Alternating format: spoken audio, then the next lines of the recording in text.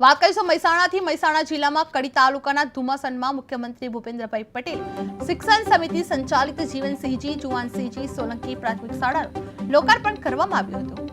મુખ્યમંત્રીએ પ્રસંગે શિક્ષણના મહત્વ પર ભાર મૂકતા જણાવ્યું હતું કે વડાપ્રધાન નરેન્દ્ર મોદીના નેતૃત્વ હેઠળ દેશ ઝડપથી પ્રગતિ કરી રહ્યો છે, પરંતુ વિકાસના મૂળ આધાર શિક્ષણ જ છે। તેમણે સ્પષ્ટપણે જણાવ્યું હતું કે શિક્ષણ વિના વિદેશી રોકાણ અને રોજગારીની પ્રગતિ નિરર્થક બની રહી છે।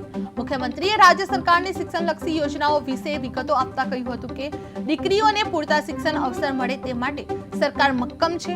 નમો લક્ષ્મી યોજના અંતર્ગત ધોરણ 9 થી 12માં ભણતી દીકરીઓને 50,000 રૂપિયા અને નમો સરસ્વતી યોજના હેઠળ વિજ્ઞાન પ્રવાહના વિદ્યાર્થીઓને 25,000 રૂપિયાની સહાય આપવામાં આવે છે।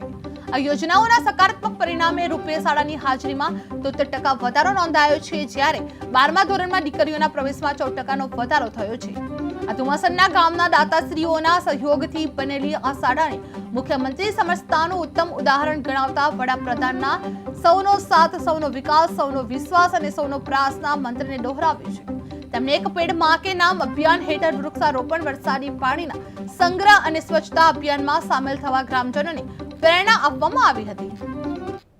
જિલ્લા પંચાયતની શિક્ષણ સમિતિ સંચાલિત આ મહેસાણા જિલ્લાના કડી તાલુકાના ઘુમાસણ ખાતે સમગ્ર ગ્રામજનોએ 18 વરણ ભેગા થઈ અને જે રીતે નિર્ધાર કર્યો તો એ રીતે ગામના જ દાતાઓ, આજુબાજુના ઇન્ડસ્ટ્રી એરિયાના આજુબાજુના પાટીદાર સમાજ, ક્ષત્રિય સમાજ, બીજા બધા અન્ય સમાજો સાથે મળી અને પોતાના ખર્ચે વિશ્વમાં ખાનગી સ્કૂલ પણ ના હોય એટલી સરસ સ્કૂલ, પ્રાથમિક શાળા આ ગામને અને રાષ્ટ્રને અર્પણ કરી છે।